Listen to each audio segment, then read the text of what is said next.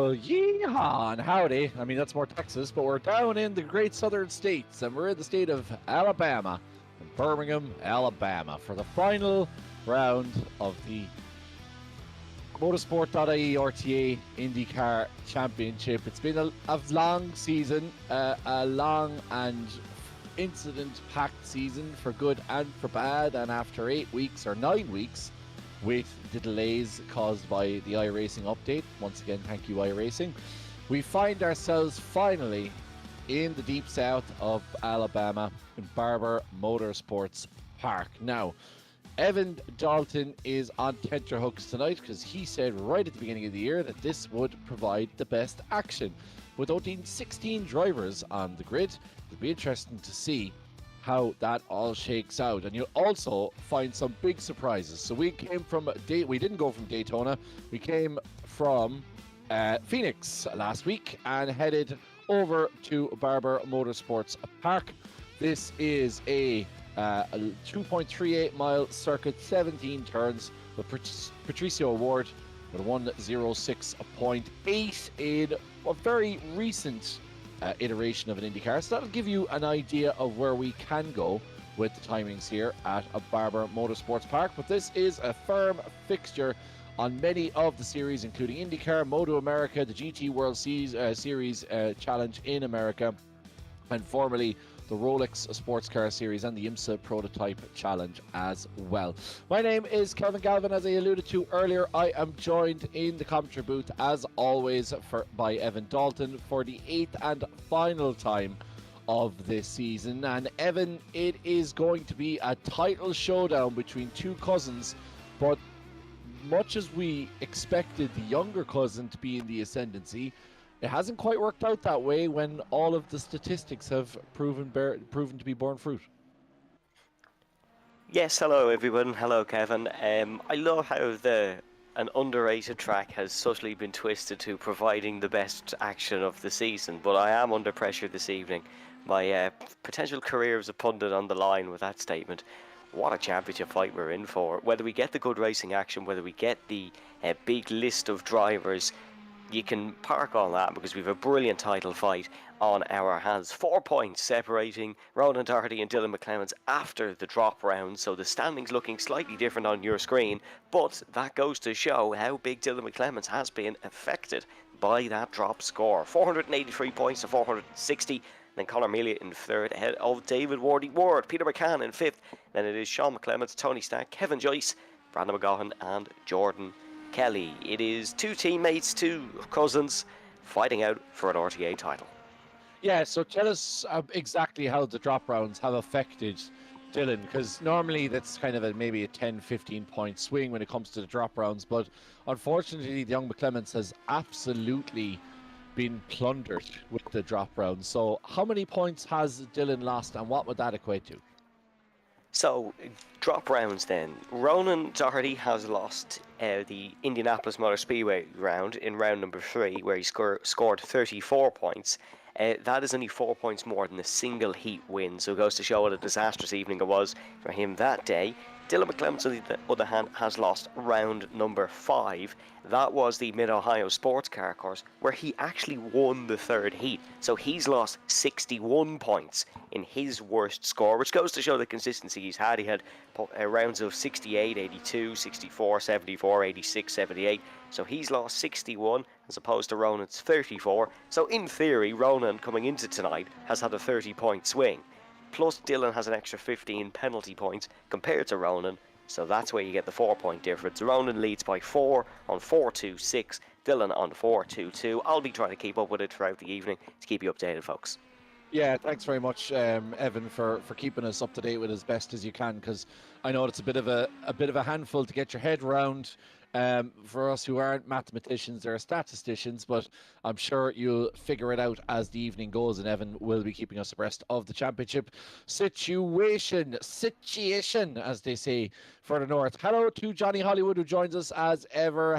Well to Sean McClements, who's in fourth at the moment, but still joining us on chat. Despite putting in a very competitive time of a 108.2, Ronan Doherty and Kevin Joyce, the only two men to go sub 8. And Joyce has been an outside horse, a dark horse in this championship thus far, so he could potentially have a say over this title fight. But as Sean so very astutely puts it, in fairness to Sean, you can't doubt his racing nous when he says, whoever finishes first, I think will win. So I think that's a fair presumption. And look, that's obviously a joke, but if you are Dylan McClements or Ronan Doherty for that matter, and I'm sure Sean will get the thoughts of both of them over the course of the week, it does simplify things, because with such a short gap between the two of them, you're just going all out for the opening 2 heat wins, and that should be enough to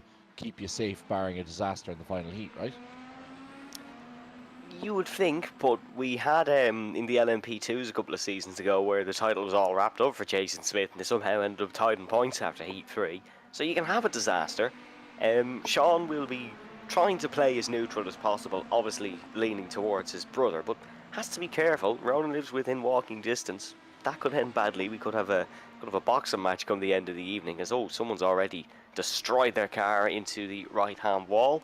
Speaking of wins, we had, of course, Kamto Chukwa, who took the win last week, and I believe at the time I said it was his second RTA win. Actually isn't. It was actually his first ever win in the series. That marks 3 debut winners this season. Himself, Sean McGovern, and then Dara Halley in Long Beach. So 3 debut winners. If we could get another tonight, it would be something else. This is on board then. A lap of Long Beach. No, we're not at Long Beach. We're at Barber. We're on board with Conor Melia. He's head through turn number 1, 2 and 3. Then it's over the crest through turn number 4. Down towards Charlotte's Web, which is the longest hairpin on the track. Called Charlotte's Web as there's a big spider sat on the grass there in real life. Exit out of that and you're into the blind downhill right-handers of turn 7A and 7B. So braking totally blind, hop over this curb on the out-hand side. You think you're running off the track, you're not, you enter back into it, clip that curb on the right-hand side, power down. You're into some of the fastest corners in IndyCar next. A sweep to the left, a sweep to the right, but that's not the brave one. You've got to really commit through this next left-hander. It's an uphill left and then an uphill right. Total commitment through there. Touch that curb on the right-hand side. You can't do that as much in real life. You can't do it there either. Conor gets all out of shape in towards the final few corners, which is a long sweeping right-hander and a quick flick to the left. But that's not gone to plan for 3rd place in the championship. Get away with that in real life. It just goes to show you how bang on this circuit is and this simulator is in terms of iRacing, of course. I hope that Charlotte's Web isn't a real life spider, though. You said it's a spider in real life, but I certainly hope it's not in real life. That would be absolutely terrifying. I'd love to know more about the history of the spider. I'm going to look into a little bit more and give you a little bit more of the history of the spider. But we had a look through this track. It does look very racy, but it looks like it's a track that's very, very difficult to overtake. A lot of high aero corners in it. A lot of high aero corners. You've got to work for your overtakes. This is your best opportunity. So we ride on board with Ollie Meredith in towards the hairpin. That's your best overtaking opportunity if you can lunge one down the inside. Certainly anything after that, you're falling into line, especially this downhill right-hander. There has actually been mental people who have ran it round the outside through there and got away with it because of the way the corner is, but I'm not too sure we'll see too much of it tonight. Kevin Joyce, top of the times, ahead of Kamto Chukwa in 2nd. Peter McCann is in 3rd. Then it's Ken Doyle, Danny Dempsey, Dermot Toomey and Dylan McClements. Only 6 drivers getting proper times on the board. Ronan Doherty and Dylan both not getting proper times in, but Ronan does beat Dylan for the time being. Kevin Joyce, quickest in practice in the Arrow McLaren livery. He is certainly one to watch for this evening and is only a 1/10 of a second off Kamto, or sorry, only 3/10 of a second off Kamto. So I went away and I've had a look at the Barber Motorsport Spider and why it's there. And it's a very simple explanation, actually. I thought there'd be some sort of story behind it, but it's quite simple. The man who founded Barber Motorsports Park in 2003, it's not that long ago when you think about it. Probably about when Evan Dalton was born, but it's not that long ago. And so George W. Barber aka George Barber Jr., not to be confused with another George W.B., is an American businessman and real estate and philanthropist. But his father founded Barber Dairies, which became the biggest dairy company in Alabama and was one of the first promoters of pasteurized milk in the United States. Barber himself was a race car driver and later served as chairman of the board of his father's business. But he's always been a big fan of sculptures. So he sold the family business to Dean Foods in 1998, an amalgamation. Then in 2003, presumably using some of that money, he established Barber Motorsports Park. But he is a couple of interesting things about him. As I said, he loves sculptures, so he built a full-scale fiberglass replica of the prehistoric Stonehenge monument, located at the grounds of Barber Marina near Josephine in Alabama. And obviously all of the sculptures around the track as well are also of the commissions by George W. Barber. But Barber also is an avid collector of motorcycles, and he has the world's largest collection of motorcycles. Do you want to guess how many he has in his collection for all the way from vintage to modern? I can't remember, but I do know it's really impressive. 1,400 motorbikes. Whoa. Which puts him in the Guinness Hall of Fame, and he was also inducted into the Motorcycle Hall of Fame in 2014. So that gives you a little bit of a story behind the Spider, and indeed behind the man behind the Spider, than the man indeed behind this racetrack, which we're watching this evening. But yeah, it's going to be a very interesting one. As we said, overtaking is going to be difficult, and it's an interesting one because it's DDR. You wonder how kind of risky will Dylan play it. We know that he said in the past that he felt like he's been a little bit too shy, perhaps, that he needs to get stuck in a little bit more, and we've seen that over the last certainly this season and last season. Certainly not afraid to take guys on a little bit more, but he is currently all the way down in 9th. Now he's going to be starting off, I presume what's going to be a fast lap here, so we should keep an eye. Maybe we could do an onboard with Dylan and he can take us around Barber Motorsports Park, because he's maybe less likely to bin it in the final section. Yeah, Conor Melia actually has a lot of experience around here, so you wouldn't think that he'd bin it, but let's have a look here with Dylan and see. In towards the left-hand hairpin, heading back up the hill again, and down towards the blind corners. This is a great camera angle we have here. Bit of traffic in front for Dylan, so doesn't want to make a mistake. Runs very wide over that curb, is going to get blocked here a tad, but that slow-moving car does get out of the way.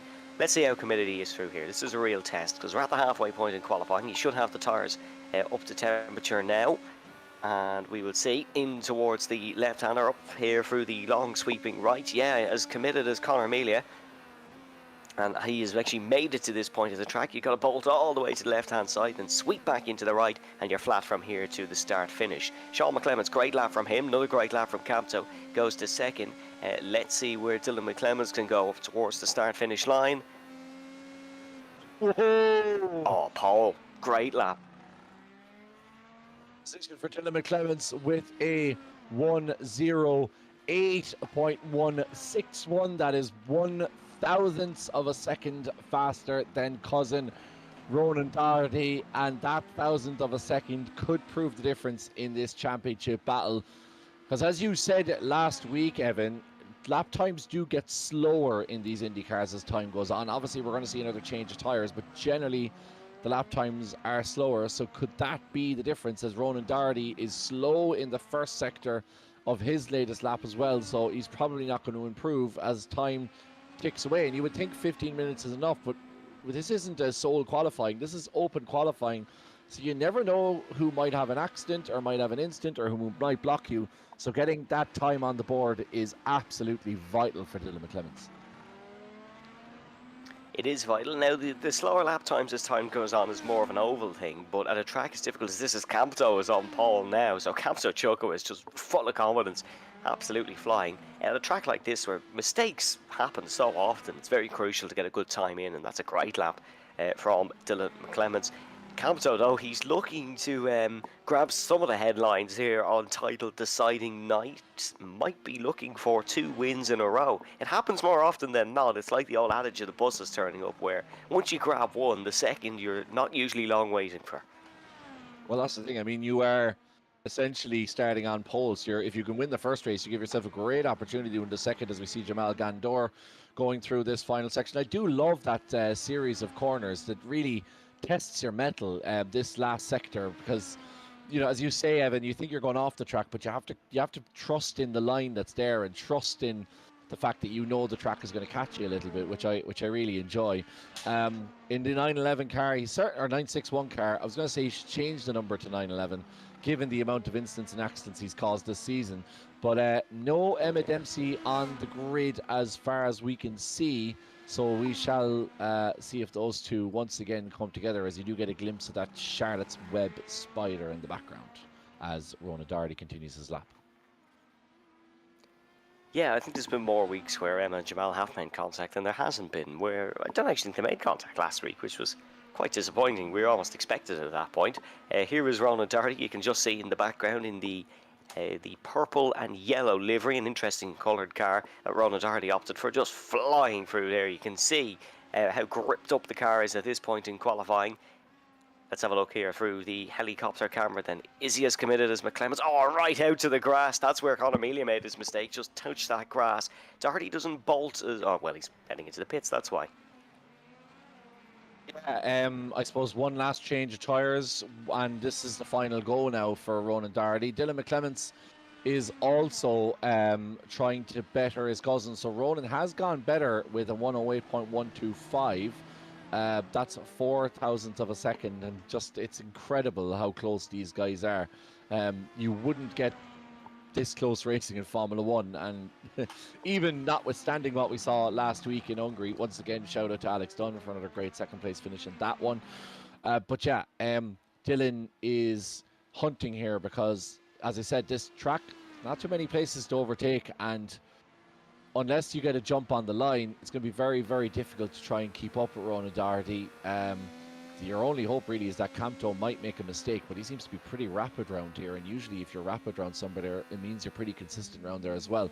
So here's Dylan McClemens rounding the final corner and pinning the throttle down as he goes to cross the line. Let's see what he gets. It's not going to be any better than his last lap. It is a 108.078. Is it? No, it's more than that. I don't know why that flashed up on the screen. Sorry, 108.078 is the time to beat.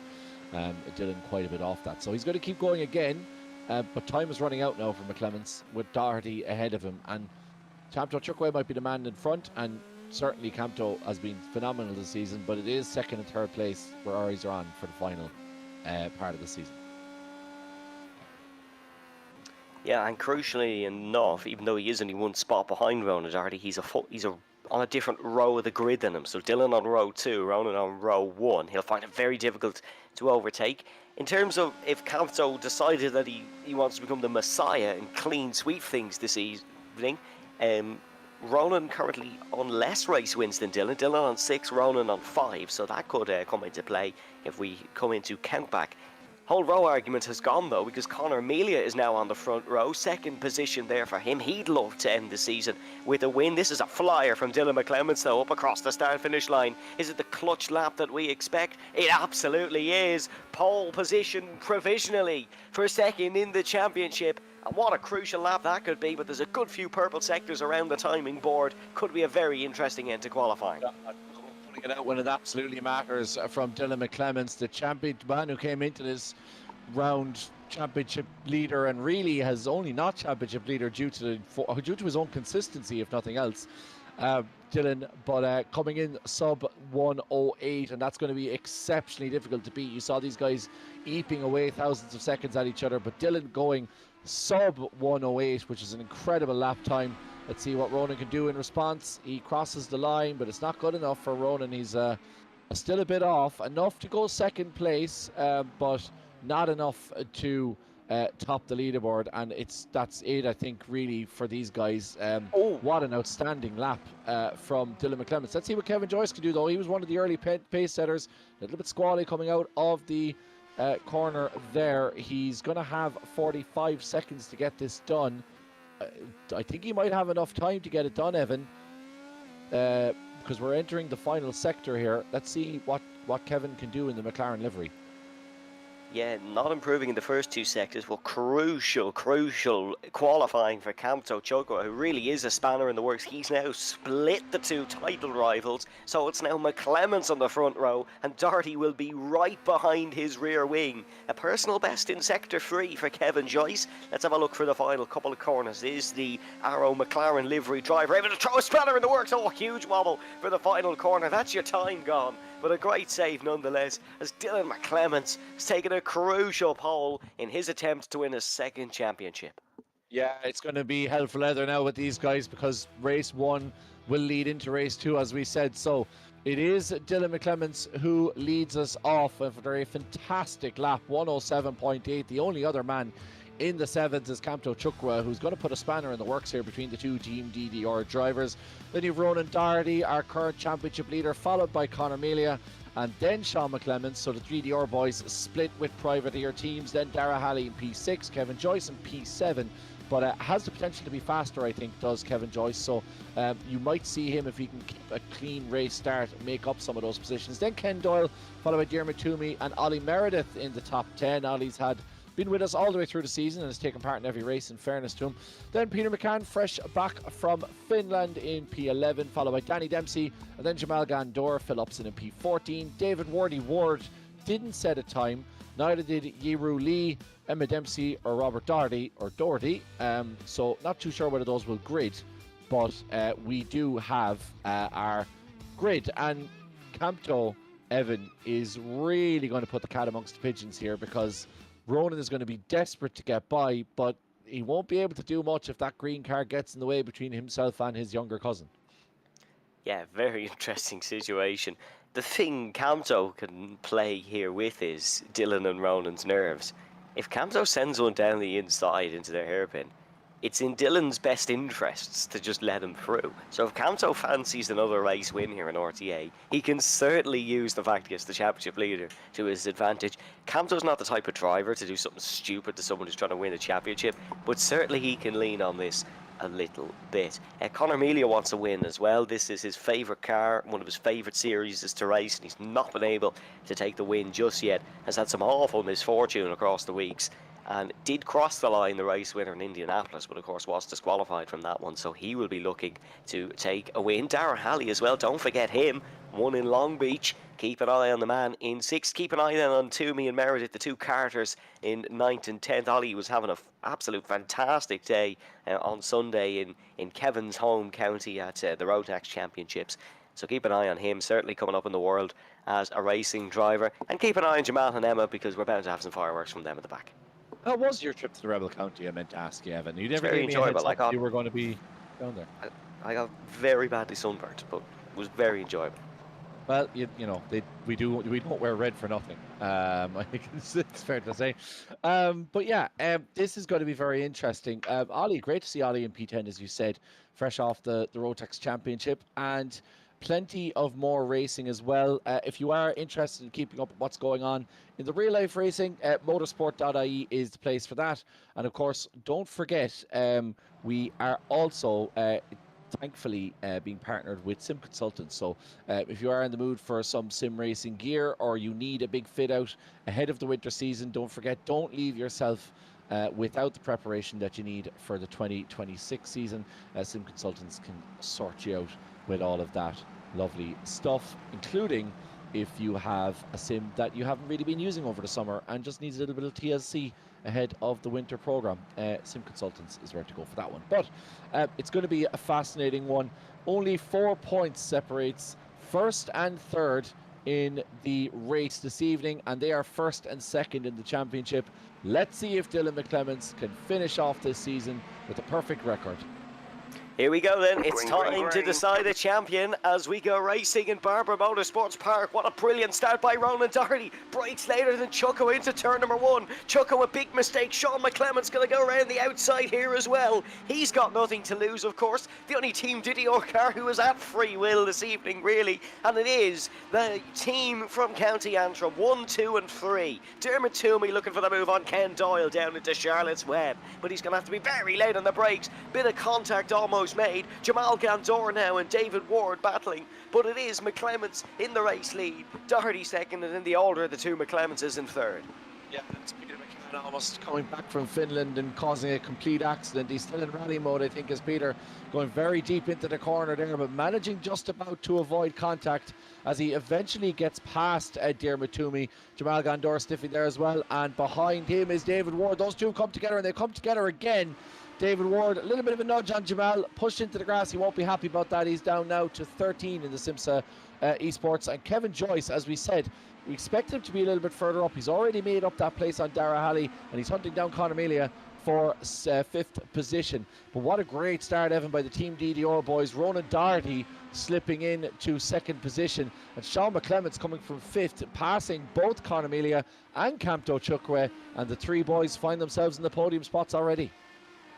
Yes, absolutely. Great start. David Ward, 4 spots to 11, which is very difficult to do at a circuit like this. Conor Melia putting the pressure on Camto Chukwu. The top 11 all on the alternates. Only person opting for the primaries is Phil Upson. And remember, we are returning to push to pass racing here this evening, so that boost is activated. Of course, we didn't have it for the ovals, but we do have it now. And Ronan Doherty, Dylan McClement's all on the button already. You can use it in 20-second intervals, and then there's a bit of a cool down period, but you can use it for a full 20 seconds. And of course, it gets a lot of usage in this short heat number 1. Melia putting Chukwu right under some pressure, but very hard to follow through these corners.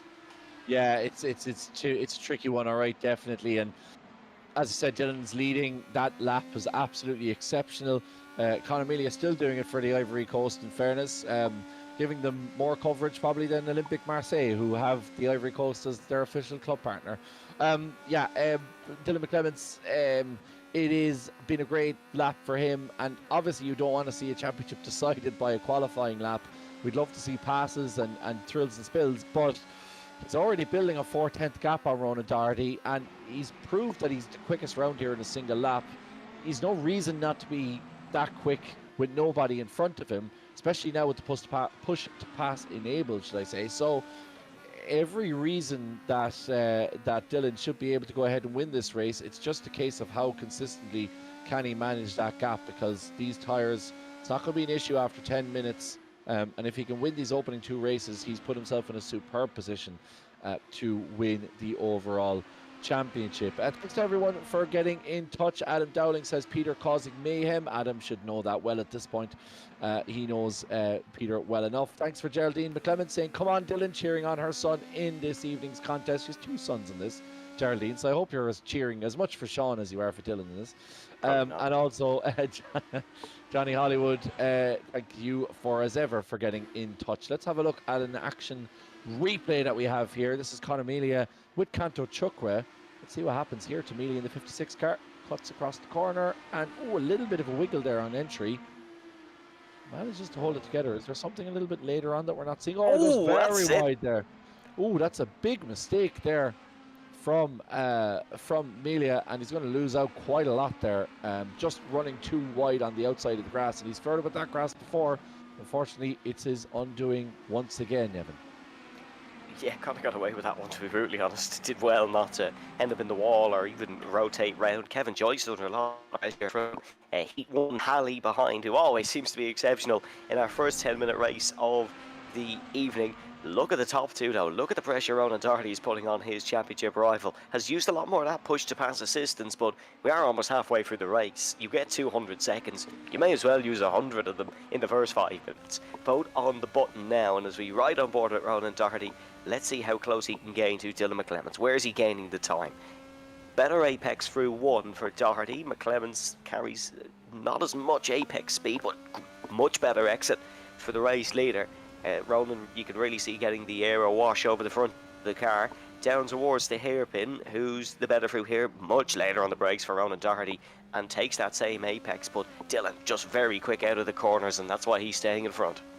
Yeah, and that's the thing. You, as the leader, you're not overly worried because of the way this track is. There's not too many harsh braking points. You're not overly worried about entry speed, because really it's about making sure that you maintain that exit speed to keep yourself ahead on the straight. So Ronan, obviously, as you say, contending with that aero wash as well, which is making things very, very difficult for the multiple RTA champion from County Antrim. But it is exceptionally difficult for him to try and get that same exit speed. So for Dylan, he can stand on the brakes all he wants. He can ease his way into the corner, and then he can pin the throttle even well before the apex and make sure that he gets away. It's a bit like the kind of, I don't know, it's a bit like Roadrunner. It's like, you know, he gets so close to the tail and he just can't make that swipe, and all of a sudden Dylan McClellan's is meeping down the road. So it's an interesting one here between these two, but this just proves how difficult the circuit is to overtake.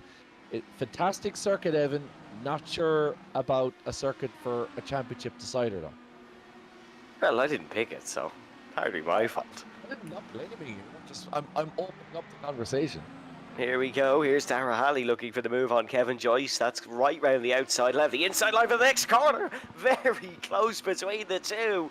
Pushing and barging. Literal push to pass for Dara Halley, who's got the job done. And now Conor Melia is right behind Kevin Joyce, and he's looking to make amends. He has caught him very quickly, has Conor Melia. So there's definitely still pace in that number 56 machine, despite the earlier mistakes. And they'll be right on the money come Heat 2, you imagine. Kevin Joyce, Kevin very quick through this sector of the track, I'm noticing. Apart from the final corner, doesn't really seem to like that one. Has ran wide on a few occasions, but is rather steady through this section. And you can see, gets a good exit out of here, or does he? He's holding back a little bit, maybe a little bit nervous. And Conor Melia fancies his chances. Might try a lunge down the inside. No, difficult corner to do so. Oh, he's doing very lucky there as Conor went very wide there and just touched his right rear tyre into the grass, but luckily not enough to send the car around. Interesting there, very, very lucky. Both Kevin Joyce and Dara Halley did the iRacing physics didn't do its thing and grip the two of them and spear them off into the barrier on the right hand side, because that was very touch and go. Kevin Joyce again getting a little bit squirrely on the outs and the exit of that corner, and you can see just how close Conor Melia is getting. So as you say, Evan, he definitely has the pace as Conor Melia, but he has used more push to pass than Kevin Joyce. So Joyce may just about have enough to hold him off for the last couple of minutes here. 0.5 of a second between the leaders. Sean McClements 2.2 seconds down the road, and behind him is Campbell Chukwara. So certainly a two-horse race in both this evening's opening heat and for the championship overall. And with this win, does Dylan tie the score? Or I'm trying to figure out exactly, there's 2 points, is it between, or 2 or 3 points? Ronan will lead by 2 after this one. Look how much push to pass Ronan has burned through as well, just to try and have a go at Dylan McClements. He has 13 seconds left, but yeah, it will still be Ronan's by 2. And if they finish this way in heat number 2, it'll be dead evens going into a reverse top 8 heat 3, which I think might be the peak of RTA season finales, in all honesty. We could get all sorts of chaos there, but that's a long way away. We still have 1:20 to go in this one, and we know how easy it is to make a mistake around Barber. We've seen plenty of them so far this evening. Well, if that's the case, I'm looking forward to getting them both into the interview room at the same time and delivering that news to them and seeing whether it affects their tactics over the course of the final race. It's like a boxing press conference. Yeah, exactly. Yeah, it's great to have a direct influence on the course of the championship as a broadcaster. But yeah, Dylan McClements takes the white flag here at Barber Motorsports. He will be very much hoping that he will be in the same position come around about 1 minute and 8 seconds time when he's due to take the checkered flag. But Evan, it's been a superb drive from Dylan, who set a very good qualifying lap and certainly didn't let that slip despite some of the changes that happened behind him. Yeah, he's got through the big overtaking opportunity now, so it's looking good to take the win in number 1. Has forgotten his push to pass button exists, still has 200 seconds, and is running down in 13th, only 9 tenths of a second behind Ollie Merritt. Dylan McClements still in the lead, 8/10 of a second. He is extending it, and he can burn that button now where Doherty doesn't have any left, and no mistakes these final few corners, and Dylan will make it a 2-point game, which makes this a very interesting evening, even more interesting than we already had it. Sean McClemens will finish on the podium as well. Camto Chukwuemeka not able to challenge the third Team DDR car and to break the stronghold they've had over the IndyCar season, but crucial Heat 1 confidence for Dylan McClemens, who'll take the win here at Barber. Ronan Doherty comes home in second, but first blood to the young gun. First blood to the young gun, and all 3 podium places from Team DDR drivers. They started first, third and fifth, and they finished first, second and third respectively. A brilliant drive from Dylan McClemens, followed by Ronan Doherty, who just couldn't do enough. He did enough to overtake Camto Chukwuemeka. He got the first part done, just couldn't get the final part done. A big honourable mention for David Ward, who is crossing the line in 10th position. Ollie Meredith, unfortunately, who started in 10th, finds himself in 12th, and despite that little mistake is still going to take 12th. And also Peter McCann, despite almost killing everybody in the second turn, up 3 places, up to 8th position, and finds himself in the perfect spot for a reverse grid pole. There's Jamal Gondor with a very wobbly left-hand tyre. That is not really how you're supposed to finish the race, Jamal, but in fairness to him for nursing it over the line in the 961 car. As we get our classified provisional results, Evan, for the opening heat. How did he get through the last corner with that? Anyways, Dylan McClemens takes the win. Ronan Doherty in second, Sean McClemens in third. And it's Camto Chukwuemeka, Dara Halley, Conor Melia, Kevin Joyce, Peter McCann, Dermot Toomey, David Ward, Ken Doyle, Ollie Meredith, Phil Upson, Jamal Gandor and Danny Dempsey to round out the order. Heat 2 then, that is your starting grid. McClemens and Doherty alongside each other. What a crucial race start this is for Dylan McClemens. If he can get out in front once again and drive the exact same way he did, you would expect it to be a tie game going into the third heat, but this race start is definitely the most crucial moment of the evening so far. Oh yeah, it's going to be massive. I mean, he's certainly shown his bottle in the qualifying by being able to pull out a sub-8 lap out of a sudden. Let's see if he can do the same in the race start here. I think a rolling start will help Dylan, certainly. And obviously he will have the inside of the corner for the opening part as well. So it's going to be a difficult one for Ronan Doherty. He's going to really have to get a jump on his younger cousin. But the rolling start, I think, will help Dylan here, because a flat race start would be exceptionally difficult, I think, for McClemens. Both drivers desperately try and warm up their tyres. It's something that we've seen brought to the GT3 world now a lot more with the new tyre update for that warming the tyres is of actual benefit, as opposed to just for show. But yeah, they're desperately trying to get tyres. You can see Dylan there, he's just desperately trying to get as much warmth in the tyre as possible, because he knows, Evan, how crucial it is to have as much grip as possible when we get going. Yeah, needs to get as much grip. Cold tyre is something Dylan has been struggling with a little bit at this track, whereas Ronan usually has his fired up pretty quickly. Looking at towards the back now, and of course there's a lot of positions in the championship still being decided, especially for the likes of Peter McCann, who came into this evening only 20 points behind David Ward, so he'd like to beat him. Sean McClemens is in that fight as well and has taken a big step to that fight, getting that podium. Camto obviously wants to jump up the order a little bit, might even jump up ahead of Kelly McCaughan and Joyce and Tony Stack with a good result, so still a lot to be decided. Yeah, a lot to be decided. Thanks to everyone for watching in the comments. Geraldine once again says, go on Team DDR. That's much more neutral of you, Geraldine. Good to see supporting both of your sons who have taken podium positions. You have given birth to 2 very quick drivers. So congratulations to that, and 2 fine men at it.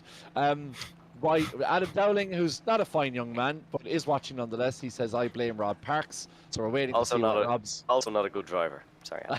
Well, no, I can certainly argue with you on that one, having been a passenger in his Renault Clio going around Mondello with barely any thread left on the tyres. You blow me out of the water anyways. But superb experience. So yeah, and also thanks to Johnny Hollywood, says fine drive from Dylan, and so say all of us. But can he do it again, Evan, as we get towards the second race? Will this be the race that decides the RTA Motorsport.ie IndyCar Championship? Yes, of course. If Dylan doesn't score points in this one, Ronan will be the champion. So let's have a look and see. Through the final corner, then how does Dylan play his start? Foot to the floor very early as we go racing, and Sean McClemens has actually got a good jump on Ronan 30, but not quite close enough. They're single file for the top four. Oh, Campto's clipped Sean, and Sean McClemens goes sideways into the first corner. Very good job of holding it. Very good job from the field to avoid him, but someone else has gone spinning. It is Dermot Toomey who has spun round and is down the back of the order. Campto might be under investigation by the stewards. David Ward is a meatball flag. He'll have to come into the pit lane, missing an end plate. Big lunge from Joyce down the inside of fourth place. Dara Halley, he's going to run him wide, and Conor Milia's going to sneak through into fourth place. As cool as you like from Milia, just took that inside line. Great overtake. Just Ollie Meredith went off in the background there as well. Unfortunately, David Ward getting tangled up in an instant on the primary tyre. It looks like himself and Dermot Toomey had a coming together, but we might be able to get that verified by the replay. But Dylan McClemens, he's done what he needs to do. He started out in front. Now Ronan Darty must spend another 15 minutes trying to chase his younger. Oh! And he collects down. He's going to collect more on the way, I suspect. They're parked right in the middle of the track. They're stuck together as cars go flying past. Oh, what a disappointment. Kevin Joyce just getting it all kinds of wrong there. Let's have a look at the motorsport.ie RTA replay. Here's Dara Halley following up Kevin Joyce, and it looked like Joyce just lost it mid-corner. Let's have a look here. See Kevin Joyce. We should see. He just lost it on the grass the outside. Just lost on the grass the outside, and there was nothing Dara Halley could do. And unfortunately, iRacing Physics doing iRacing Physics things, and both of them ending up in the pit lane. Here is Jamal Gondor in 8th position. He's doing really well, is Jamal. He's up 6 places in the 961 Simsa Esports car, the Lebanese national. He is chasing down Ken Doyle. So Ireland and Lebanon have had a fruitful relationship over the years. But that's going to be put to one side as these two duke it out. Behind them is Danny Dempsey, who himself is up 6 places as well. So some big shakers. Peter McCann up 2 places, and obviously, which is something I didn't consider, obviously it's a long way to go yet in this race, but Jamal Gondor provisionally sits in reverse grid pole. Just the news Dylan McClemens and Ronan Darty want to hear. Jamal on the reverse grid pole. It's been an up and down season for Jamal. He was delighted that we're finally at the end of it, and I'm sure he can't wait for a return to the tin tops, which he always does better in than the single seater. So Jamal will be back to his best next season, we imagine. Ronan Darty, fastest lap of the race on the last lap, and is slowly clawing in at Dylan McClemens. These two in a world of their own, that is for sure. Yeah, very unfortunate for Sean McClemens just coming back to it, taken out slightly. I think it was Campton Chukwa got that wrong and unfortunately shoved Sean to the outside, which isn't really reflective of Sean's pace here. He should really be in 3rd position because he's been superb in the opening race and held off Campton quite comfortably. We're going to have a look at that actually. On the ball is Ronan Hederman as the leaders see us round. This is the opening lap, I think, and this is Sean McClemens. Let's see what happens here. This is something else actually, because it was a turn 1 collision that took him out. Has something else happened potentially?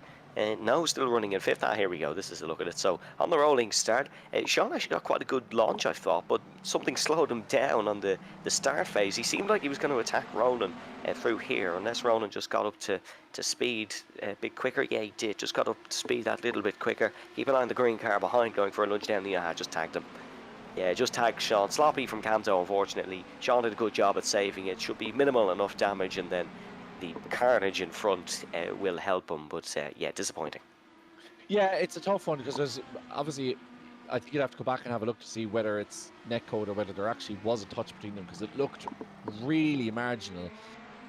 If there was actually a touch, obviously it's on Camto, but it's such a hard one, isn't it? Like Camto obviously trying to go for a move down the inside and maybe potentially wasn't on, but as you said, Camto could have been a little bit more aggressive in this race. Obviously Sean is going for a title, but nonetheless, you know, you don't want to cause carnage in the opening laps. You want to try and benefit from other drivers' twitchiness and see if you can try and slip down the inside, but it's getting all kinds wrong, and unfortunately Sean is the one who will get that. Whether he will report it to the stewards, I'm not sure. We haven't seen anything in the instance chat this evening, and unless you're really going for a championship or you're directly going against somebody for a major championship place. At this point, I think most drivers are just glad to see this one out and to get back to the tin tops, which we will talk a little bit about at the end of this evening. But while the evening goes on, Danny Dempsey still in 9th, ahead of Jamal Gandor in 8th. As I said, provisional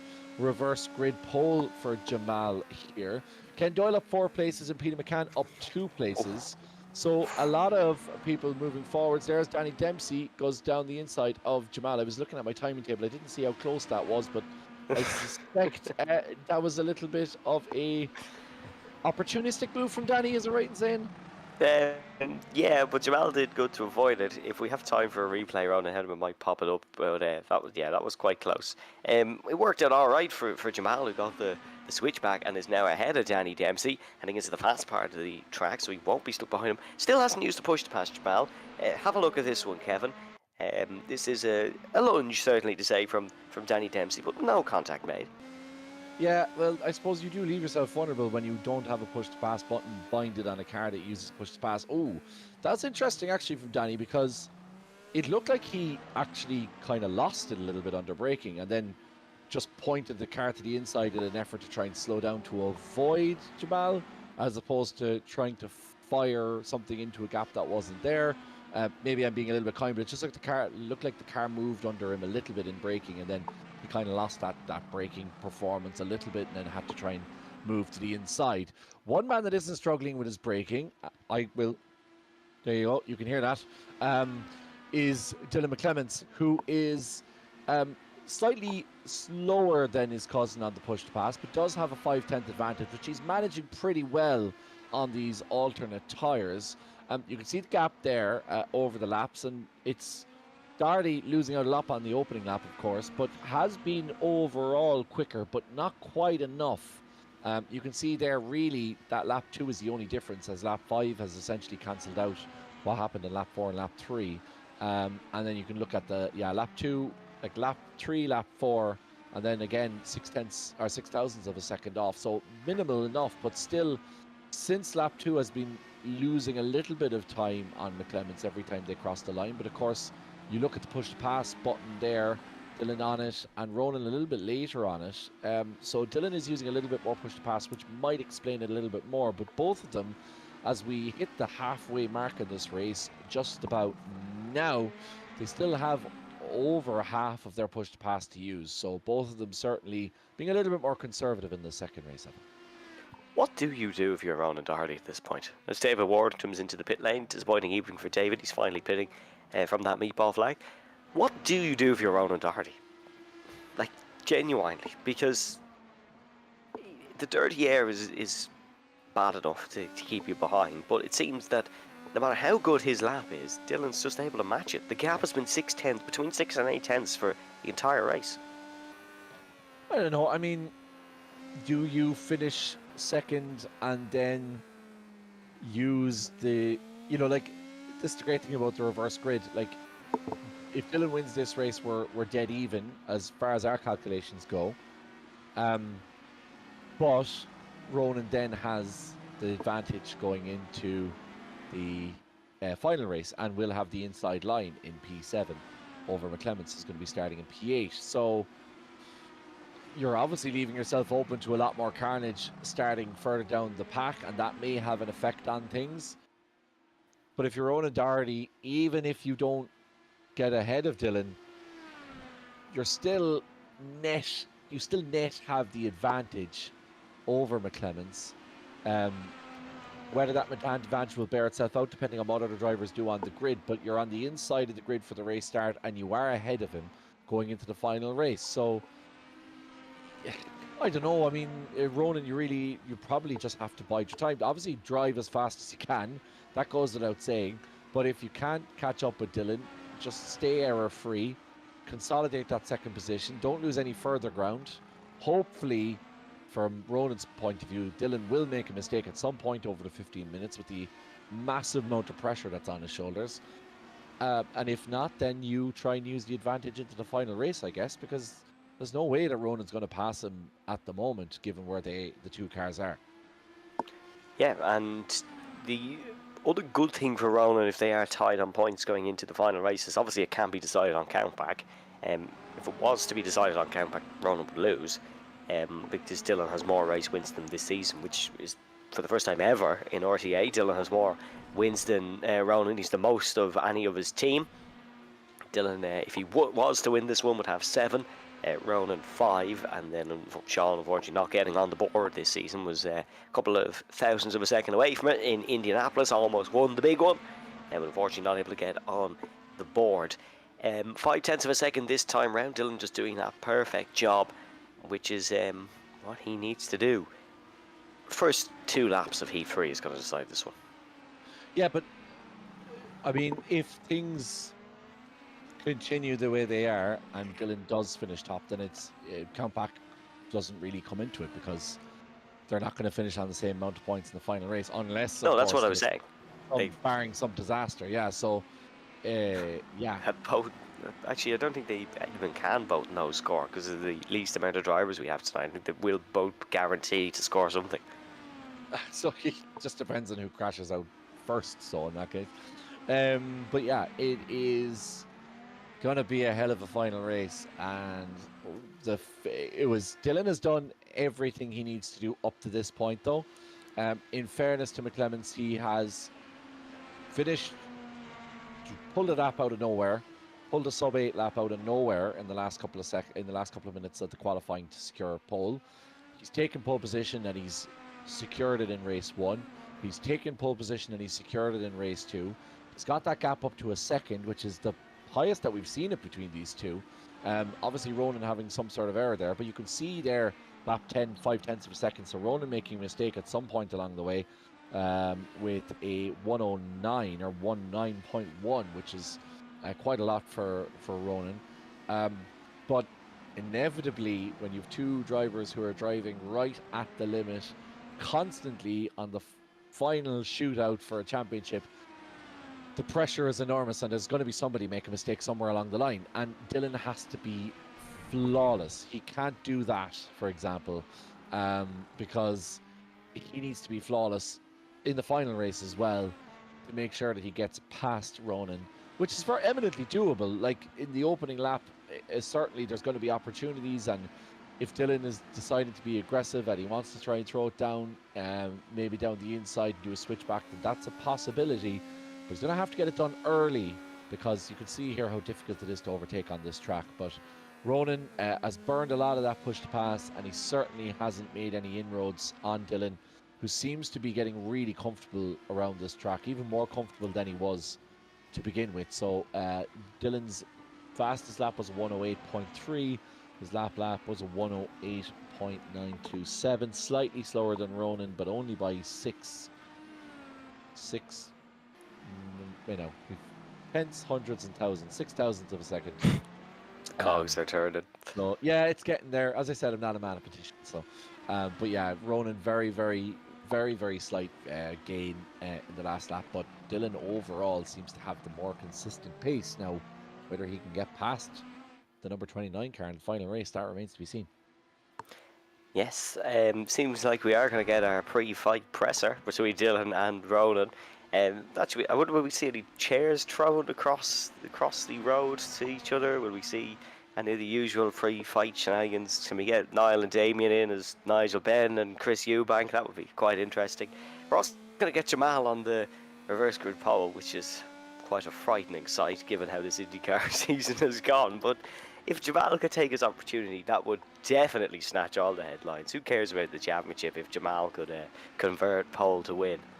I just hope there isn't a TransLink passing by and some of them get a Conor McGregor idea in their head. But no, it should be. That means more nowadays than it did back then, Kevin. Gotta be careful with that one. Yeah, I know. Yeah, but I think people know what I'm talking about. I would vote Niall Doherty for. I vote Peter McCann. It's the man who's on reverse grid pole doesn't have a push to pass button binded clearly, or at least doesn't know how to use it.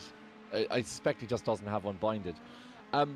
Jamal, if I can please make one, or if anybody who knows Jamal or may have his number, may contact Jamal and say, please map a push to pass button on your wheel for this final race, because otherwise it's going to be absolutely carnage when people are using push to pass and they're starting to get on alongside Jamal and he can't do it. But we're going to get the white flag here. I thought we might get the checker flag, but Dylan's so fast we have to go one more time, Evan. Yep, one more lap, and Dylan has dumped a second and a half on Ronan Doherty here in the last couple of laps. He's been flying, full of confidence.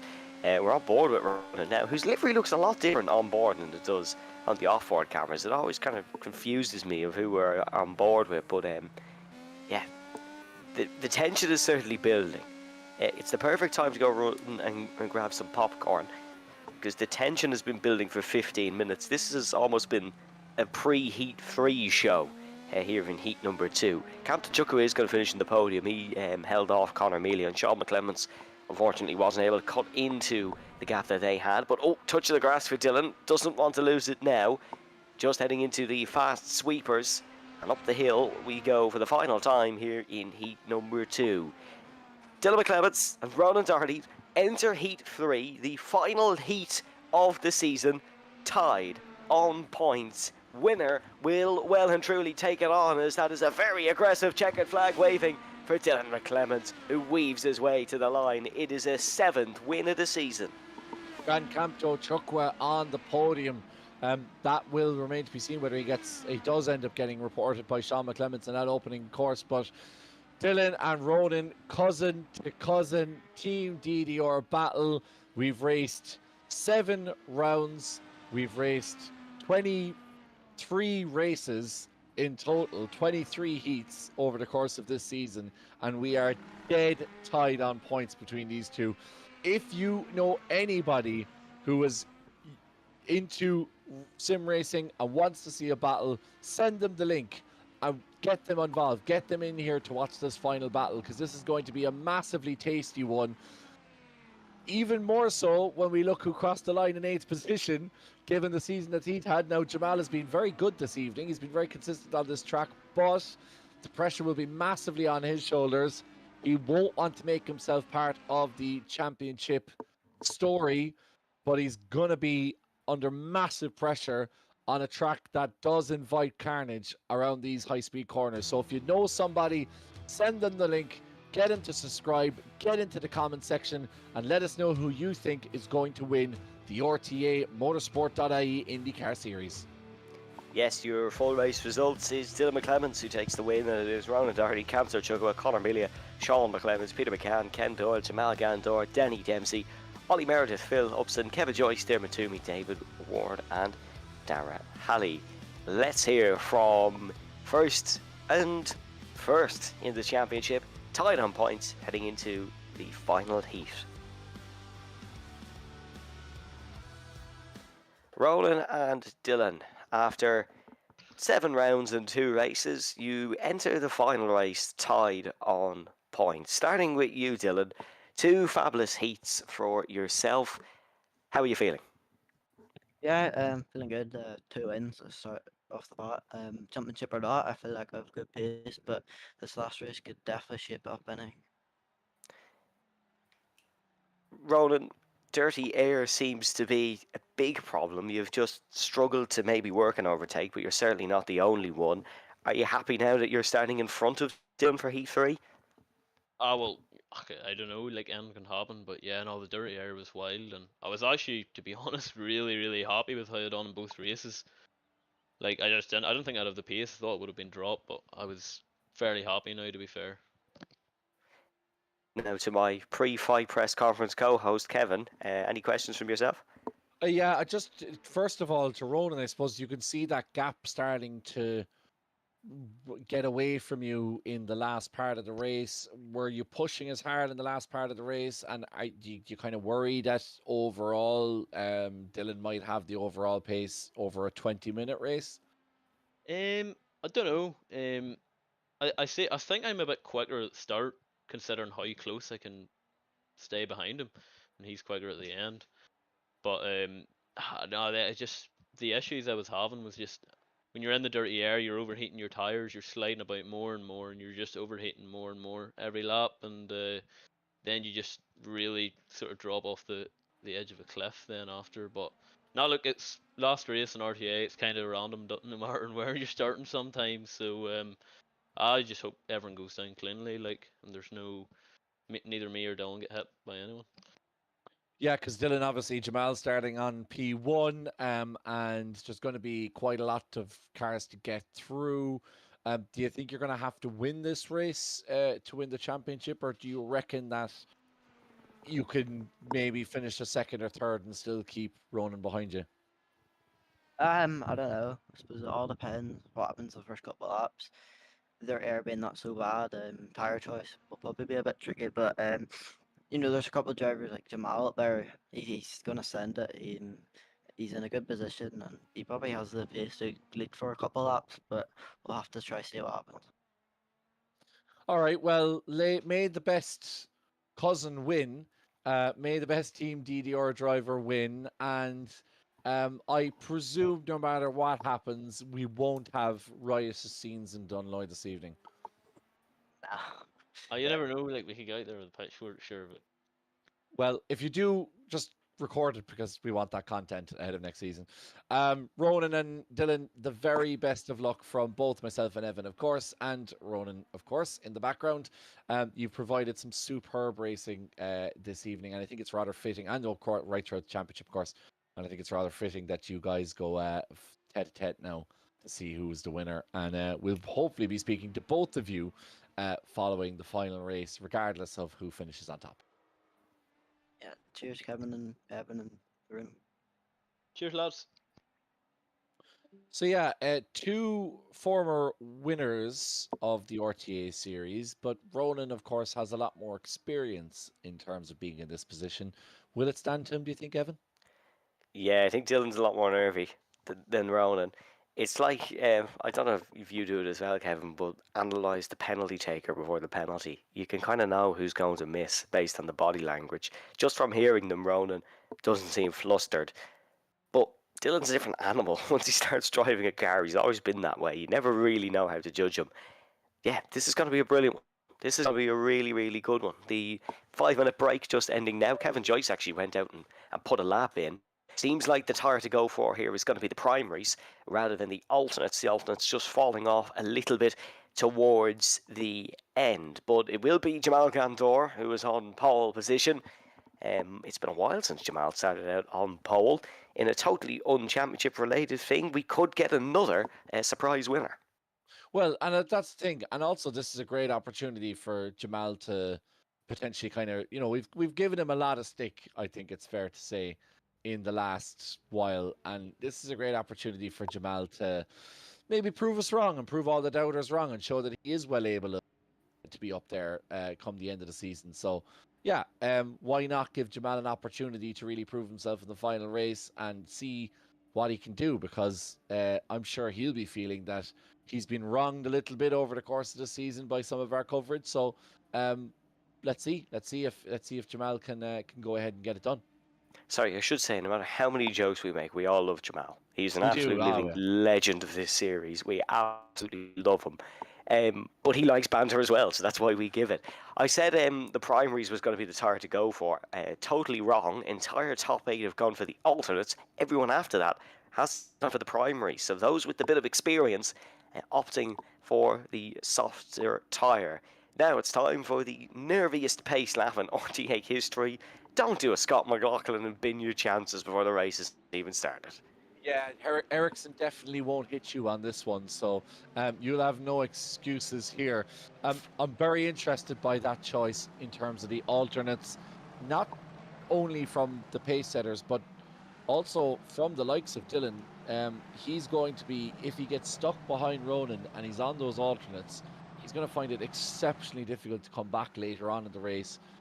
I wonder, I know this sounds a bit silly in a way, but I wonder if Dylan can't immediately get past Ronan. Is he better off building a small bit of a gap and just managing those tyres a little bit more?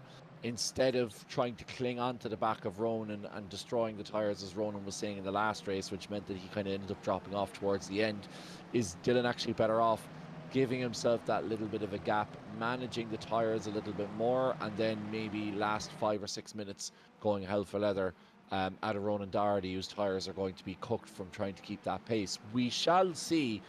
It's hugely intriguing, Evan, and notwithstanding the fact that we have two people at the front of the grid, Ken obviously a little bit more experienced, but two people at the front of the grid who don't generally occupy the front row of the grid, and the start procedure for them is going to be very different for what they're used to. I mean, Jamal particularly trying to time his launch is going to be a difficult one for him, to make sure he doesn't go, then stop, then cause traffic chaos behind him. So I am very, very intrigued by this final race. It has all of the spicy ingredients for a fantastic final race. As I said, if you know anybody into sim racing, send them the link, share it on. It's going to be 20 minutes of sim racing that you are going to massively enjoy on a Tuesday evening. Thanks to our friends at motorsport.ie and indeed the sim consultants as well. Yes, we've had years of Team DDR and VRA racing, but it's Simsa and Ling Motorsports that occupy the front row. This is the place to be. It's watching Gantry TV on your Tuesday night, as Kevin said. And I can't imagine how the drivers are feeling, because even I'm getting a little bit nervy now. This should be a good one. The Porsche pace car will peel into the pit lane for the final time. Jamal Gandor is now your pace setter. This is it. It's time to crown a champion in RTA Virtual Motorsports. Gandor exits the final corner, foot to the floor, and there is a Team DDR car already looking for overtakes. That is the one of Sean McClemens. Ronan Doherty crucially down the inside of Camto Chukawa. Ken Doyle runs wide. McClemens now looking for it on the outside. That's Sean McClemens, not his brother in championship contention. But Doyle is going to defend this one. McClemens being very brave, trying to get into the lead of this race. And that is Peter McCann, who he's fighting with. McCann looking for second spot. Dylan McClemens under a lot of pressure from Chukawa, under pressure from Danny Dempsey as well, would you believe? And Sean has got a little bit of a wobble out of that corner. Here he is. He's already holding up his cousin Ronan Doherty. If Doherty gets past here, that's a crucial move. He's backed off. First time ever maybe that Ronan Doherty has backed off. He's chosen to stay behind. It's still open season.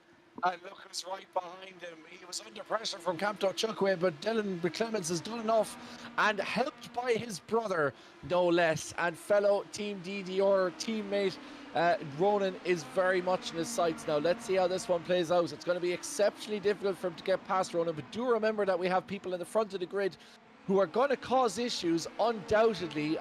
It's unfortunate I actually wasn't talking about Jamal specifically in that case, as we focused on him, but just naturally these guys aren't as quick over a lap as our championship contenders. As Ken Doyle runs wide, he's going to push Sean McClemens, and that's exactly what I'm talking about. Once again, Ronan Doherty held up this time behind Ken Doyle. Ronan goes into the side of Con Amelia, manages to keep it going, but that's going to open up the door for Dylan McClemens. Here comes Dylan. McClemens getting it done around the outside. He does! Ronan's down the inside! Can Dylan hold on to it? We're side by side for the championship in lap 2 of this final race.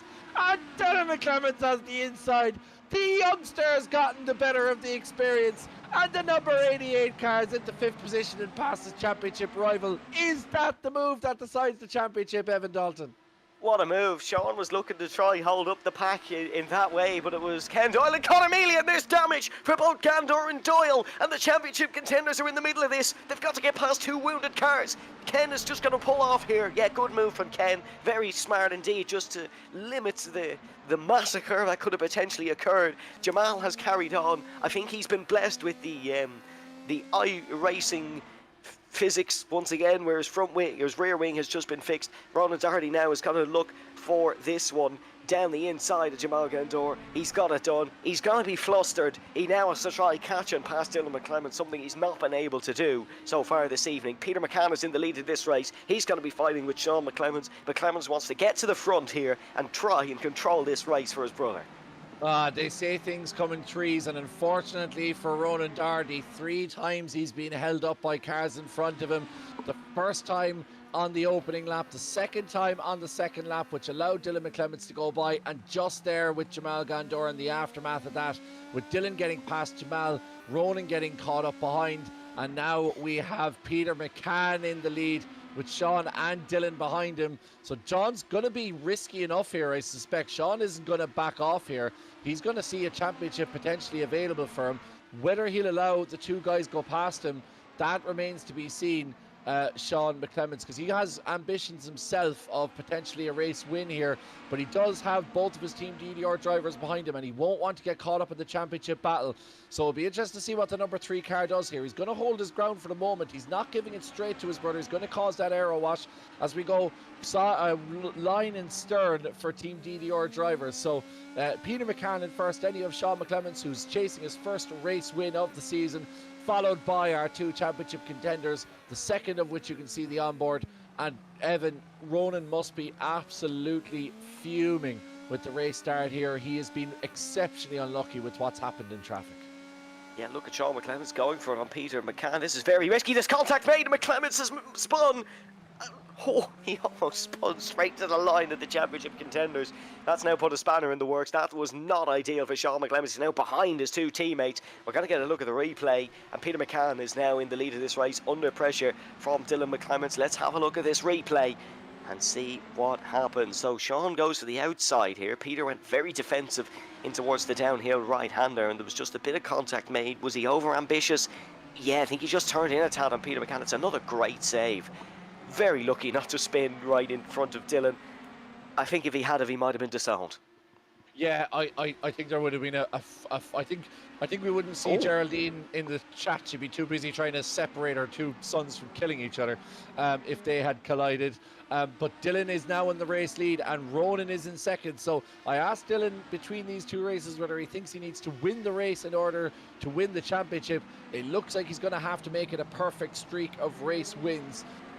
Ronan is going to do all he can, but he's back behind on the push to pass once again. 5 minutes in, he's down to 125. Dylan managing his push to pass exceptionally well. He's taken about a quarter of his push to pass so far, and we're about a quarter, just over a quarter of the race away into this race.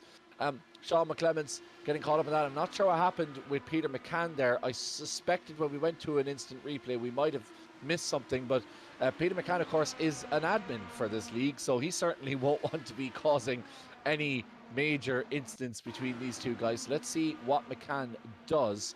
Now it looks like McClements is on the back of Peter McCann. He kisses the inside of that curb, slings himself around the next one, and the 2 guys are all over the back of McCann. Ronan Doherty goes for a move around the outside, which opens up the door for Dylan, who sweeps down the inside.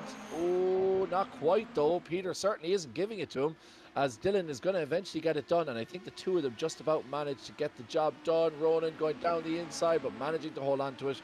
Some superb driving there from all 3 of those drivers, because Peter still has a legitimate claim for this final race, but I'm glad to see that he didn't end up getting caught up in any major instance, because you certainly don't want to see one of the organisers of the league getting involved in the championship battle. But 6/10 is what we had at this same stage in the second race. It ended up being 1.5 seconds. Now a very legitimate question, Evan, is what can Ronan do from here? Because if things stand, if he keeps doing what he's doing, he's going to end up in second place for the championship. What possibly can he do apart from drive faster is the obvious answer to that question, but if he did that, he wouldn't be in this position. And can I tell you something about Ronan and finishing second in the championship? If this stays as it is, it's going to be his 4th consecutive season finishing second in the championship. If it stays like this, if Ronan scored 3 more points across 2 seasons, he would have 2 more championships in RTA. That's the way it's looking here.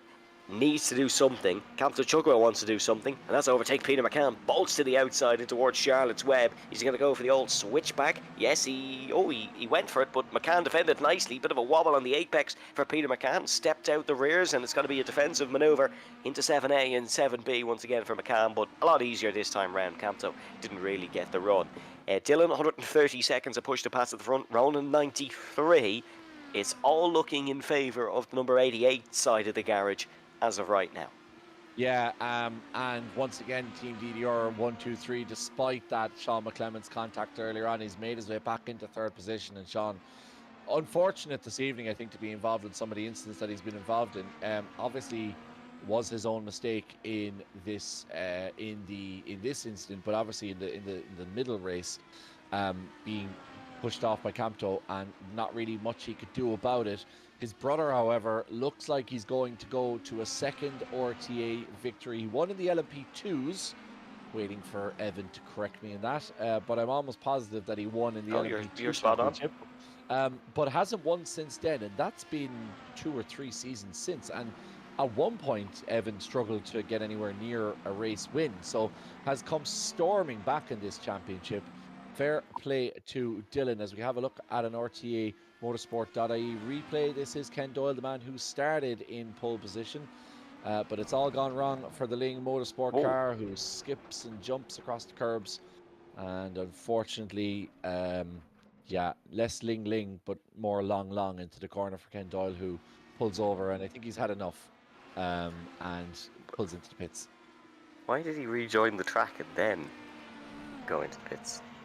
I don't know. Anyways, disappointing for him. We are almost at Phoenix levels of low runners. We have 11 remaining in this. The current running order is McClements, Doherty, McClements, Mealy, McCann, Chuckwa, Gandor, Upson, Toomey, Meredith, Joyce. You're currently on board with Peter McCann. You're looking back at Campto, Chuckwa. Race lead over a second for the first time this race. Dylan McClements has just won with Barber Motorsports Park for now, doing an excellent job in the lead of this, but we've said that time and time again this evening. It's now time for Ronan Doherty to answer some questions. What can he do? Is there anything left that he can do even? Well, that's the thing. I mean, this is why the ball going on the same strategy of tyre.